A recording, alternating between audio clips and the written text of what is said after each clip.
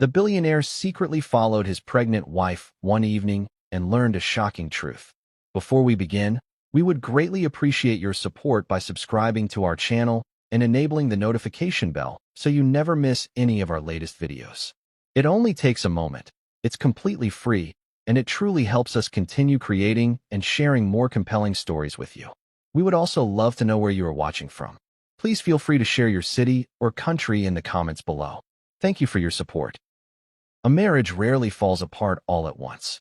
Sometimes it happens quietly, one unanswered question at a time.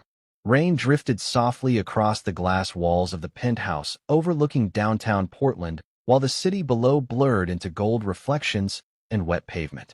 Inside the kitchen, everything looked perfect in the expensive way luxury apartments were designed to look perfect. Marble countertops without fingerprints. Soft jazz humming through hidden ceiling speakers.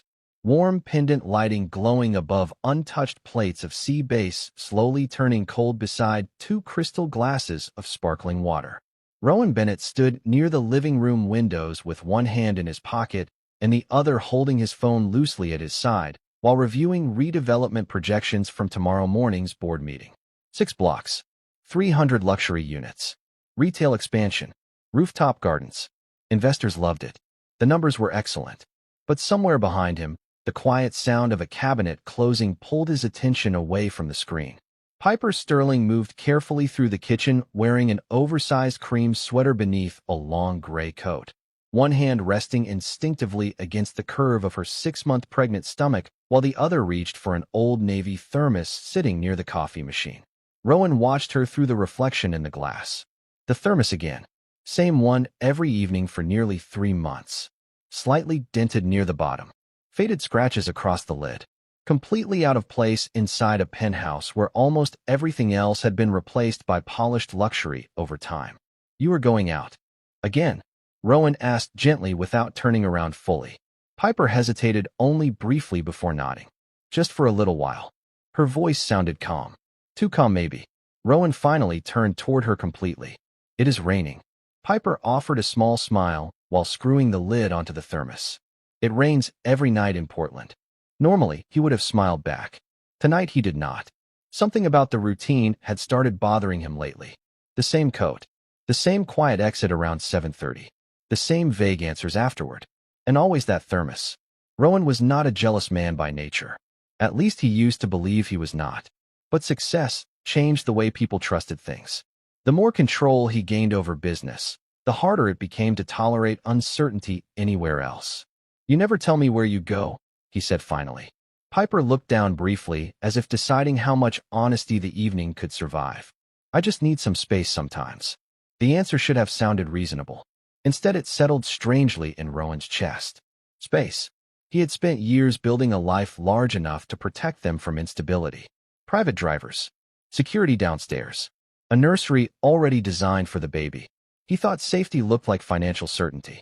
Lately, Piper moved through the apartment like someone emotionally somewhere else entirely. Are you unhappy? The question escaped him before he could soften it.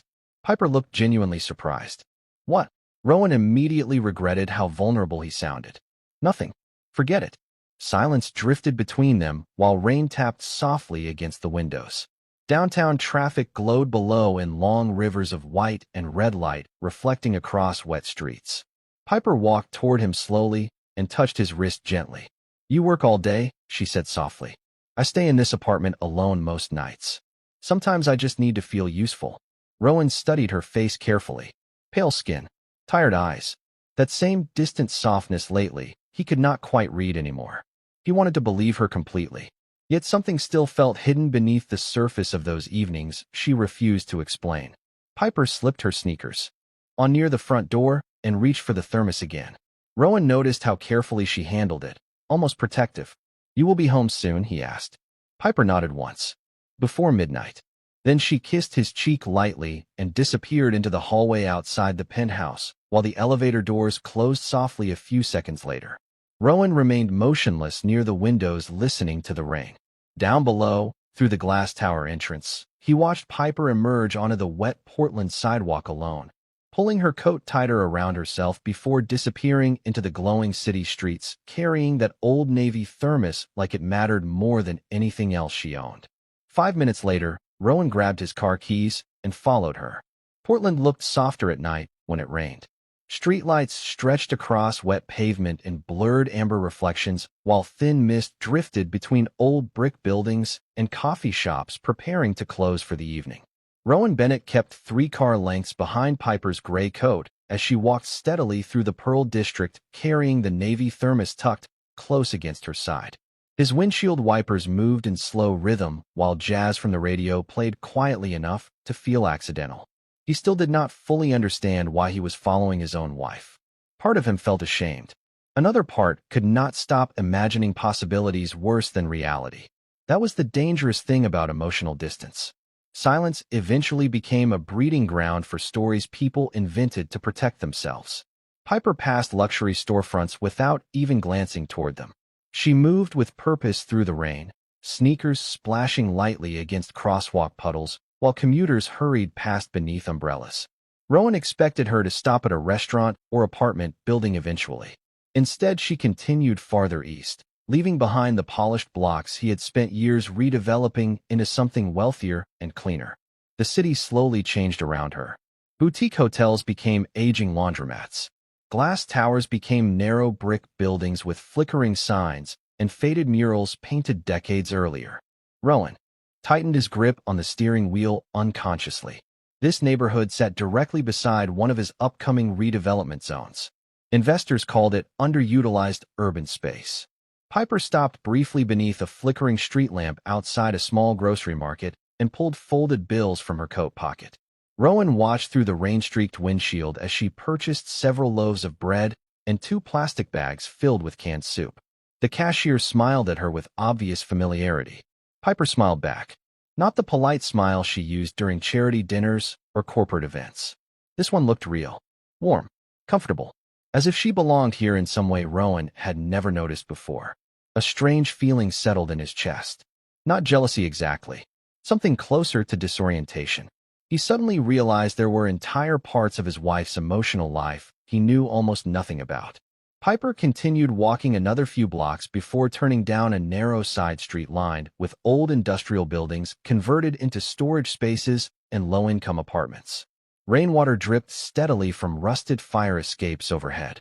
At the end of the block stood an aging brick church with boarded stained glass windows and a glowing basement entrance beneath a faded sign reading Community Night Kitchen. Rowan blinked in confusion. Piper adjusted the thermos beneath her arm and knocked twice on the side door before disappearing inside. He remained motionless behind the wheel. No hotel, no affair, no secret man waiting in shadows. Just a church basement in the rain. Rowan stared at the glowing doorway while questions multiplied instead of disappearing. Why would Piper hide this from him? Why leave their penthouse every night to come here while 6 months pregnant? Why not simply tell him? A delivery van pulled into the alley beside him, forcing Rowan to move his car farther down the block. As he parked again near a row of dripping maple trees, he noticed several people gathering outside the basement entrance. Elderly men in oversized jackets. Young mothers carrying plastic grocery bags. A teenager wrapped in a damp hoodie. Piper reappeared briefly in the doorway, helping one older woman down the slippery concrete steps before disappearing inside again. The sight unsettled Rowan more than if he had caught her lying, because now he had no idea what story he was actually standing inside. His phone buzzed suddenly on the passenger seat. Damian Cole. Rowan ignored the call and kept watching the basement entrance instead while rain tapped softly against the roof of the car. 15 minutes later, the side door opened again. Warm yellow light spilled across the wet alley pavement as laughter drifted faintly into the night air. Then Rowan saw Piper through the doorway wearing a kitchen apron over her sweater, carefully pouring steaming soup from the Old Navy thermos into paper cups while a line of homeless residents waited quietly in front of her. The hardest truths are usually the ones that make us ashamed of what we assumed too quickly. Rainwater streamed slowly down Rowan Bennett's windshield while warm yellow light spilled from the basement doorway of the old church across the alley. He sat motionless behind the wheel with the engine running quietly, watching his pregnant wife move through the crowded community kitchen in a faded apron that looked borrowed, and slightly too large for her. Piper carried trays of bread between folding tables while steam drifted through the room from industrial soup pots lined against the far wall. The entire place looked nothing like the polished charity events Rowan occasionally funded for tax write-offs and public relations campaigns. No photographers, no branded banners, no speeches about giving back. Just tired people eating hot food under flickering fluorescent lights while rain tapped softly against basement windows near the ceiling. Rowan watched Piper kneel carefully beside an elderly man wrapped in two oversized coats. She handed him one of the paper cups filled from the Navy thermos and smiled at him with patient warmth. The man said something that made her laugh quietly before she adjusted the blanket slipping from his shoulders. Rowan could not remember the last time he had seen that expression on her face. Not polite happiness, not social composure. Real presence. The kind people only showed when they were not trying to perform for anyone. A delivery volunteer stepped outside carrying empty crates toward the alley dumpster. Rowan lowered his window slightly before he could stop himself. "Excuse me," he called out. The volunteer glanced toward the black luxury sedan with mild suspicion. "Yeah." Rowan nodded toward the basement entrance. "How long has that woman been helping here?" The volunteer looked back toward the kitchen doorway and immediately smiled. "Miss Piper? Couple nights a week since last summer." Rowan felt his chest tighten unexpectedly. "Last summer. Nearly a year. She does not miss many nights." The volunteer continued while balancing the crates against his hip. "Even after the pregnancy. We tried telling her to rest more." Rowan stared back toward the glowing basement windows. "Piper never mentioned any of this. Not once." "What exactly does she do here?" he asked quietly. The volunteer shrugged. "Whatever needs doing. Cooking. Sorting food donations. Talking to people nobody else talks to." He paused briefly before adding, "Honestly, some folks only come because she remembers their names." The sentence lingered strangely in Rowan's mind after the volunteer disappeared back inside. He looked again through the rain-streaked windows and noticed details he missed before. Piper greeting every person individually. Piper helping a young mother warm baby bottles near the kitchen sink. Piper sitting beside an older woman at one of the tables instead of standing above her.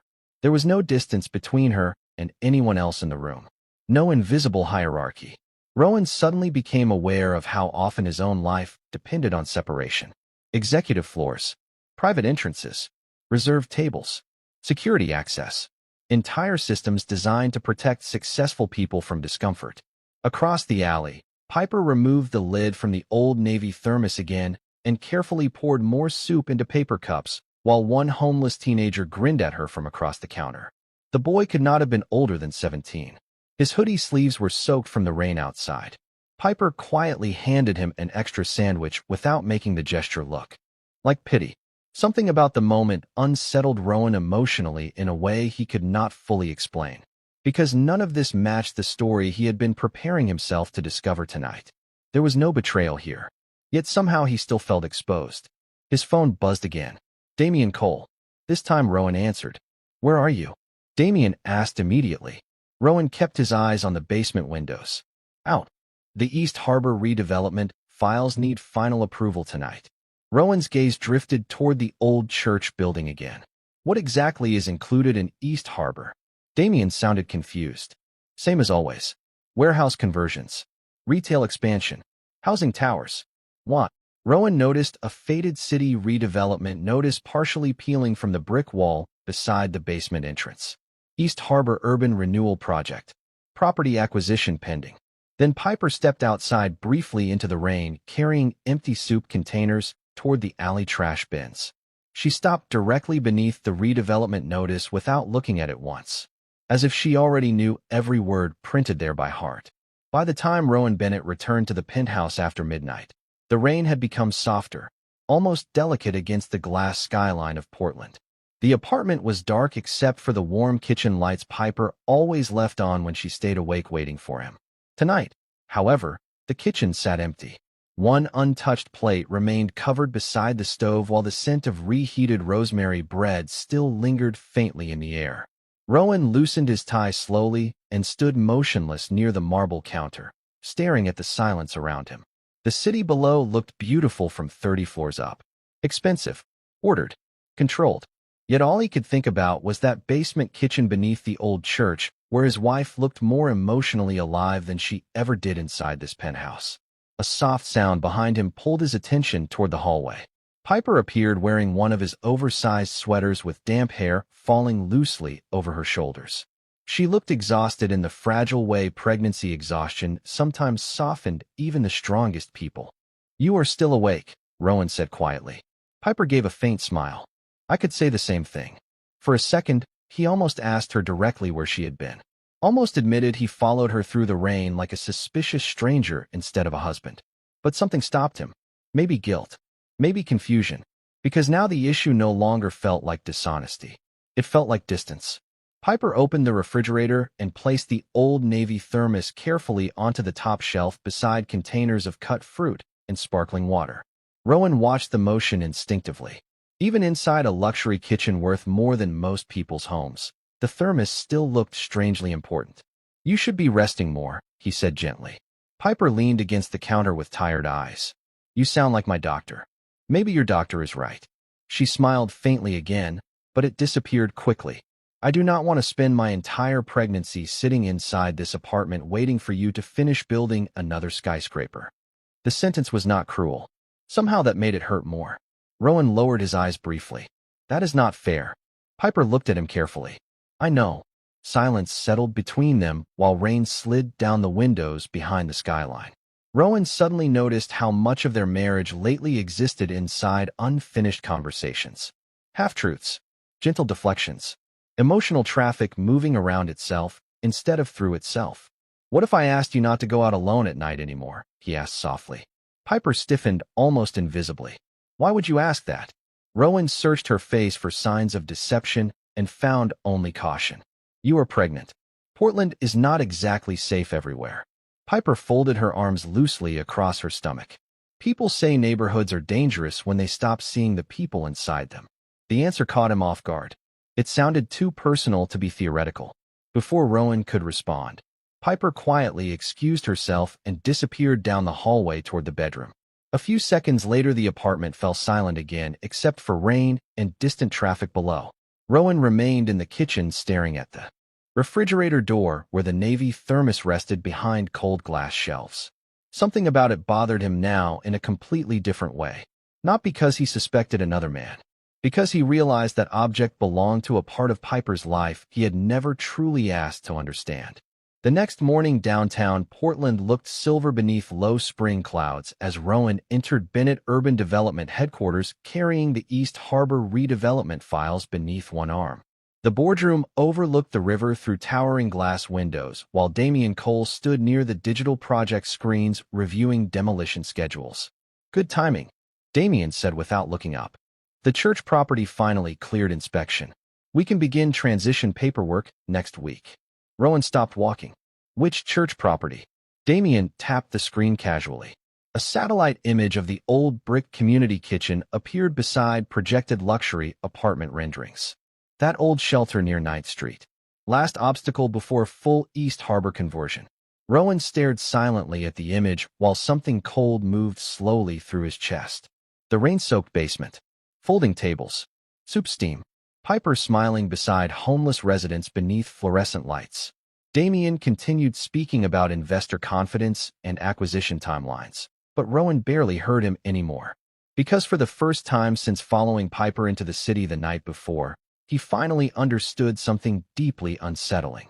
His wife was secretly trying to protect the exact place his company was preparing to erase. Money changes neighborhoods faster than people notice, until one day the people who belong there no longer do. Rain clung to the windows of Bennett Urban Development headquarters while Rowan Bennett sat silently at the far end of the boardroom table staring at the East Harbor redevelopment plans glowing across 3 enormous digital screens.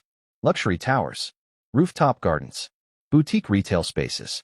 Investor projections climbed upward in sharp green lines beside architectural renderings of polished glass buildings replacing entire city blocks that currently housed laundromats, shelters, and aging apartment units.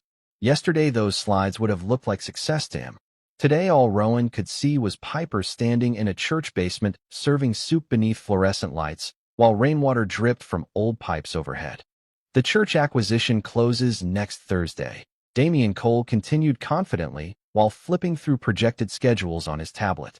Once demolition starts, East Harbor becomes the highest-value waterfront conversion in Portland. Rowan remained quiet. Several executives exchanged uncertain glances across the table. He usually dominated meetings like this.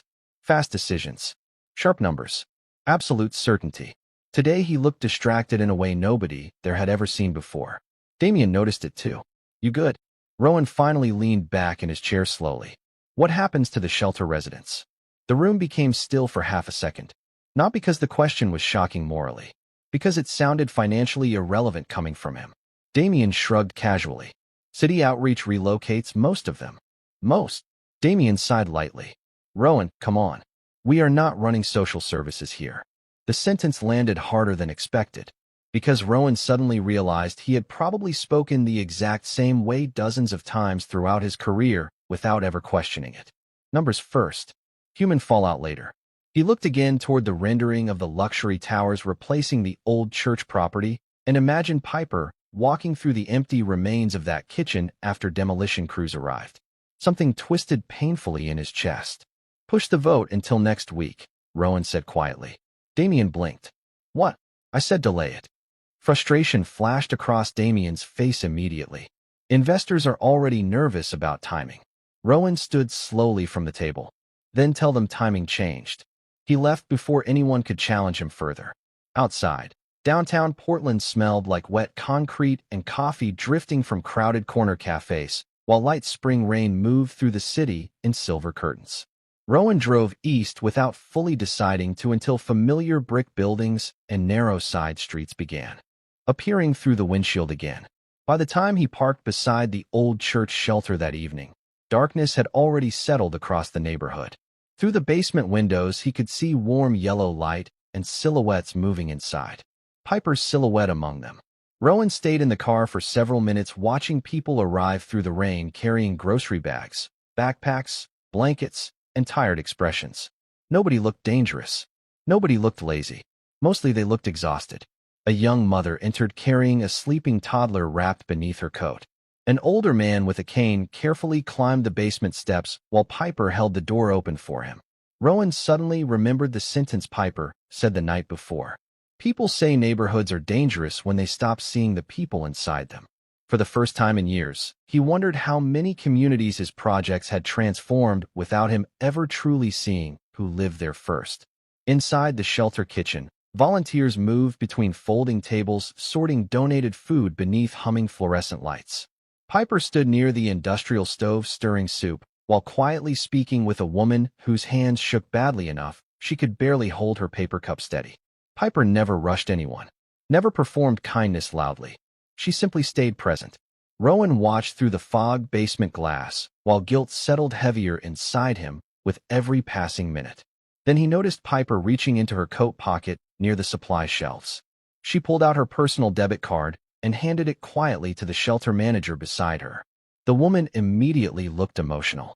Rowan lowered his window slightly and caught part of the conversation drifting into the rainy alley. This should cover another week of produce deliveries, Piper said softly. At least until we figure something else out. The manager looked close to tears. You already do too much.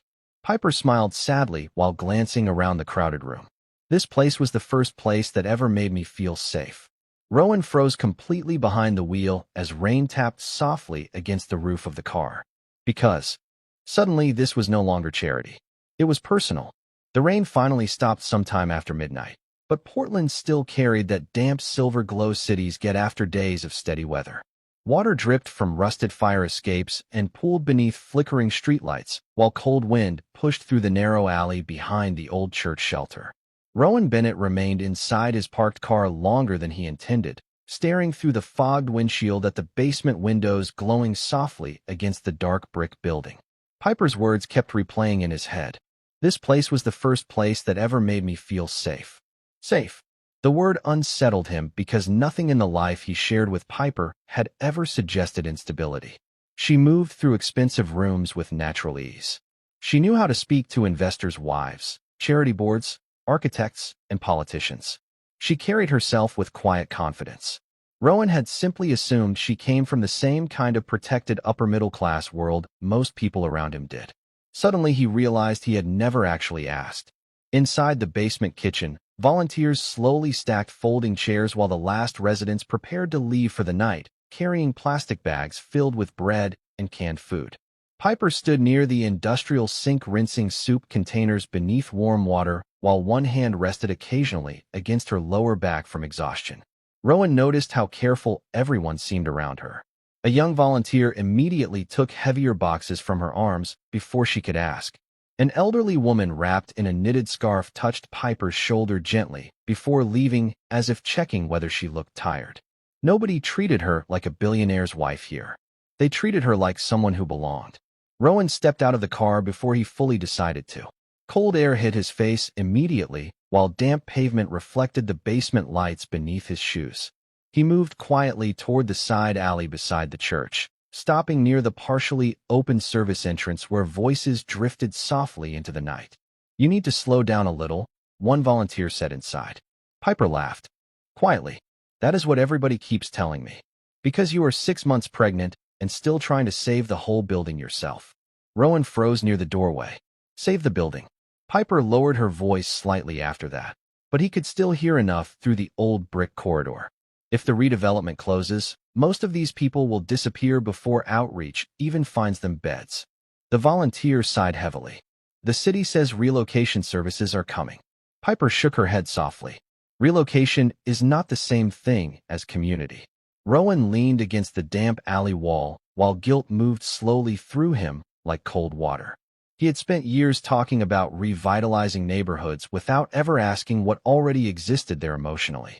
To him, buildings had become measurements, assets, potential revenue per square foot.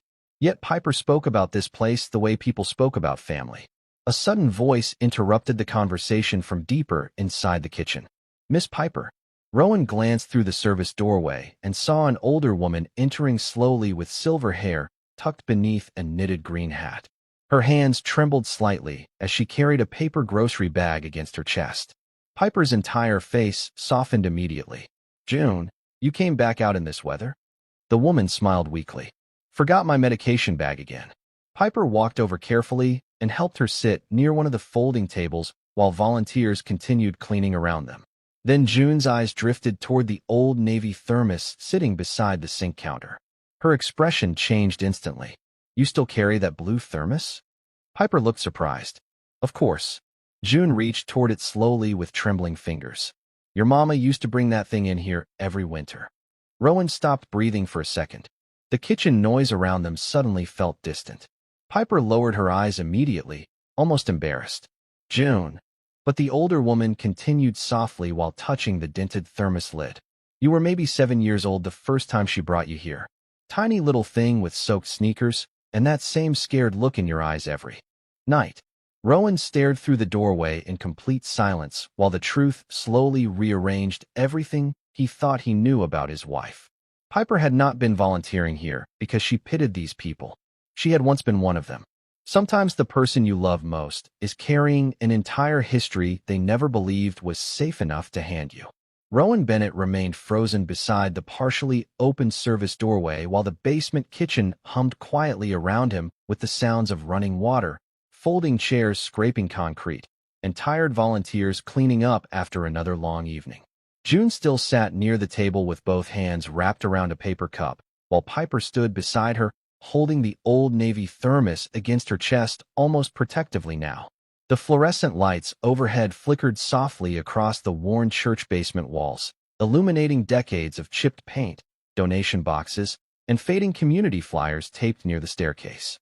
Rowan suddenly noticed how carefully Piper had always avoided conversations about her childhood. Little details he never questioned before now rearranged themselves inside his mind with painful clarity. Why she hated wasting food. Why she kept emergency cash hidden in random coat pockets. Why she always insisted on learning the names of building janitors and waitstaff and drivers before anyone else in the room did. Piper had not developed compassion from comfort.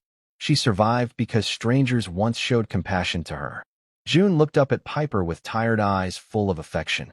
"Your mama would sit right over there by the old radiator." she said softly while pointing toward the far corner of the basement. She used to pretend she was not cold so you could have the extra blanket. Piper lowered her eyes immediately. Rowan felt something tighten painfully in his throat. He had spent years believing he understood struggle because he grew up with financial insecurity after his father disappeared. But his version of hardship still happened inside a stable home. Piper's childhood sounded different. Less temporary. Less protected. June smiled faintly at the thermos again. Your mother carried soup. In that thing every winter after she started working nights at the laundry place. Piper laughed softly through visible emotion. The lid always leaked. Still does, June answered gently. The two women shared a quiet look filled with history Rowan had never been invited into.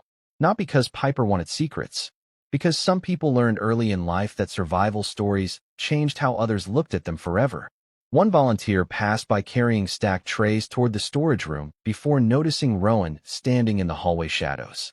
Oh, the young man looked confused. Can I help you? Piper turned instantly toward the doorway.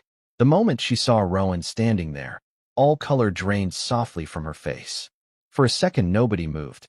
Rainwater dripped somewhere outside the alley while distant traffic echoed through the city beyond the church walls. Rowan expected anger, shock, maybe humiliation. Instead, Piper only looked tired. Deeply tired. How long have you been here? She asked quietly. Rowan stepped slowly into the kitchen beneath the harsh fluorescent lights. Suddenly, his expensive coat and polished shoes looked absurdly out of place beside donation bins and industrial soup pots. Long enough, he admitted. Silence spread carefully through the room. Volunteers instinctively looked away to give them privacy without actually leaving. Piper rested one hand against the curve of her stomach while holding the thermos tightly with the other. You followed me. Rowan nodded once. He could have defended himself, could have explained suspicion or concern or emotional distance. None of it sounded meaningful anymore. Why did you never tell me? The question came out softer than he expected. Piper stared at him for several long seconds before answering. Because people hear words like homeless or shelter, and suddenly they stop seeing you the same way. Rowan felt the truth of that sentence immediately because even now part of his mind struggled to connect the elegant woman from his penthouse with the frightened little girl June described beside the radiator years ago. Piper noticed the realization in his expression and looked away first. That is exactly why. June quietly stood from the table and touched Piper's shoulder gently before leaving them alone near the kitchen sinks. Outside the basement windows, light rain began falling again against the glass. Rowan looked around the room one more time. The volunteers. The tired residents preparing to leave. The old church walls his company planned to demolish within weeks. Then he looked back at Piper. This is the building East Harbor is replacing. Piper did not answer immediately. She only nodded once while tears slowly gathered in her eyes. And for the first time since Rowan met her, he realized his wife had been trying to save more than a shelter.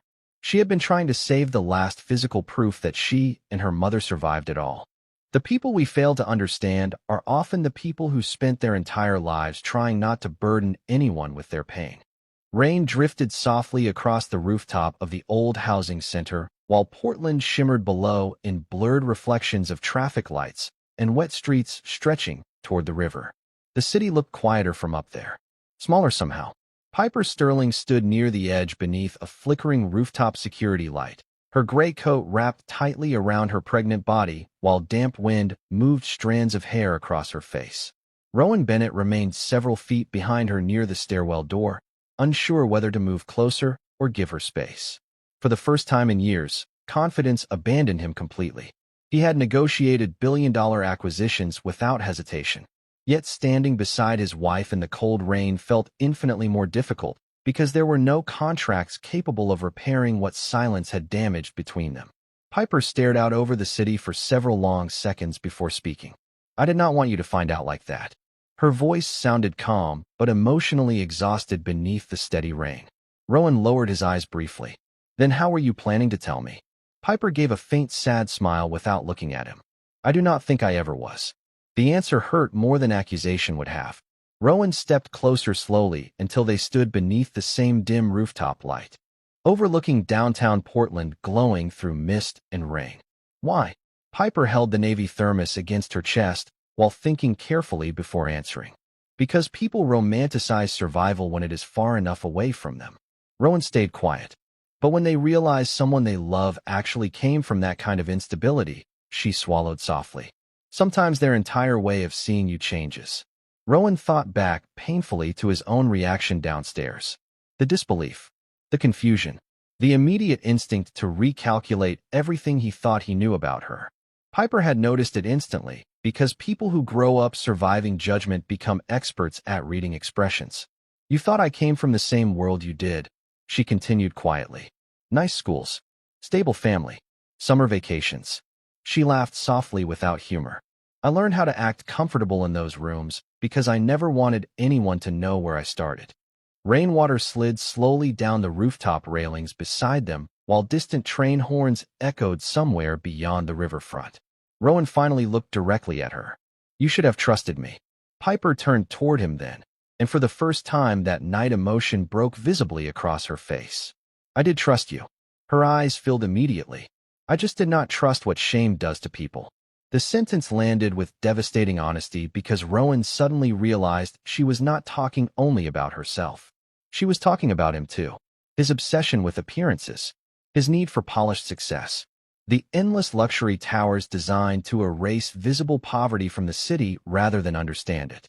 Piper wiped quickly beneath her eyes before continuing. Do you know why I kept coming here? Rowan shook his head slowly.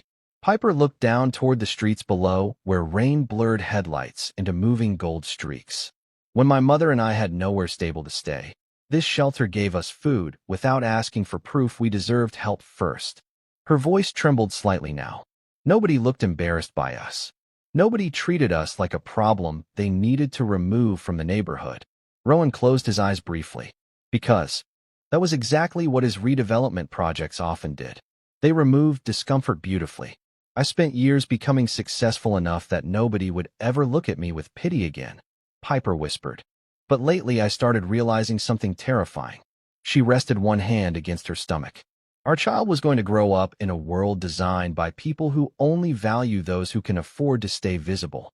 Rowan felt something inside him collapse quietly. Not pride, something deeper. The illusion that providing luxury automatically made him a good husband. Piper finally looked directly at him again beneath the cold rooftop rain. Did you finally see them the way I do? She asked softly. Not, did you see me? Not, are you sorry? Them. The people downstairs. The families. The forgotten residents hidden behind redevelopment language and investor presentations. Rowan could not answer immediately because the truth felt too large to speak around. Below them, the old church windows glowed warmly against the dark Portland streets while rain continued falling over the city he had spent years reshaping without ever truly understanding who it belonged to first. Rain drifted softly against the basement windows of the old church kitchen while the final volunteers stacked folding chairs beneath warm fluorescent lights that hummed quietly overhead. Portland looked almost dreamlike outside now, the streets washed silver beneath midnight reflections and distant traffic moving slowly through wet intersections.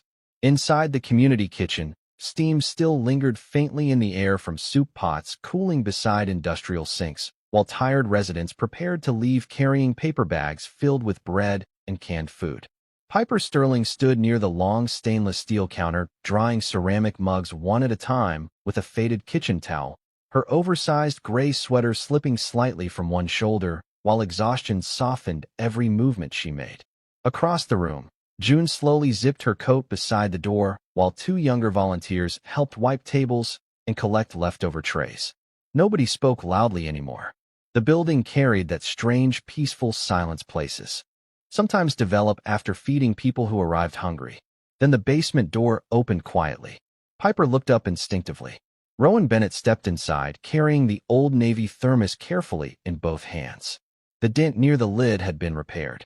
The faded scratches remained, but the broken seal around the cap looked newly restored. Rainwater still clung to the shoulders of his dark coat, while cold night air drifted briefly into the warm kitchen behind him. Nobody in the room said anything. June noticed the thermos first and smiled softly to herself before pretending to reorganize donation boxes near the back wall. Rowan walked toward Piper slowly, almost uncertain whether he belonged there yet. Piper stared at the thermos for several seconds before finally lifting her eyes toward him. Rowan placed it gently onto the stainless steel counter between them. "The hardware store on Burnside had the replacement seal," he said quietly. His voice sounded smaller somehow, more human. Piper touched the repaired lid carefully with her fingertips while warm kitchen light reflected across the polished metal surface. Neither of them moved for a moment. Around them, volunteers continued cleaning quietly without interrupting the silence forming between husband and wife. Not awkward silence. Honest silence. The kind that arrives after illusions finally collapse. Rowan loosened his coat slowly and glanced around the kitchen. The peeling paint near the old pantry doors. The coffee station held together with duct tape. The handwritten food inventory taped beside the refrigerator. Details he once would have dismissed as signs of failure now looked strangely intimate to him. Proof that people kept trying anyway. One volunteer struggled lifting a heavy crate of canned goods toward the storage shelves.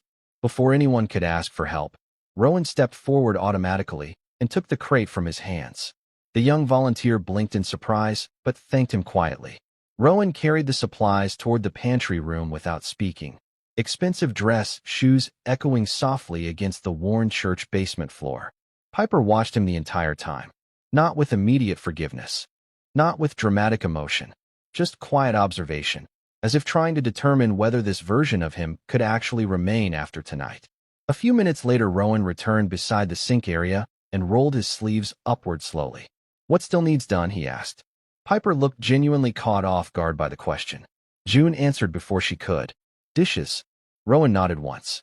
Then, without another word, he stepped beside Piper at the industrial sink while warm water filled the metal basin beneath them. Outside, rain continued tapping gently against the basement windows while Portland glowed quietly beyond the church walls. Piper handed him a plate without speaking. Rowan rinsed it carefully beneath steaming water while she dried silverware beside him. No speeches, no dramatic apologies. Just two people standing shoulder to shoulder beneath tired fluorescent lights, surrounded by the quiet sounds of a kitchen that once saved one of them long before either believed this life would ever exist. Near the doorway, June switched off half the overhead lights before leaving for the night. Softer shadows settled across the room immediately. Piper glanced sideways toward Rowan while he focused silently on washing another stack of dishes, and for the first time in a very long while, she no longer looked emotionally alone. Some people spend their lives believing love is proven through money, protection, or success, but genuine humanity often reveals itself in much quieter moments. Real kindness begins when we stop measuring people by status, appearances, or the comfort of their past, and start seeing the dignity that exists beneath struggle. Piper's story reminds us that many people carry invisible histories they learn to hide simply to avoid judgment, while Rowan's awakening shows how easy it is to reshape cities, relationships, and entire lives without truly understanding the people affected by our choices. Compassion is not weakness. Gratitude is not charity. And sometimes the deepest form of loyalty is simply staying present long enough to finally see another human being clearly.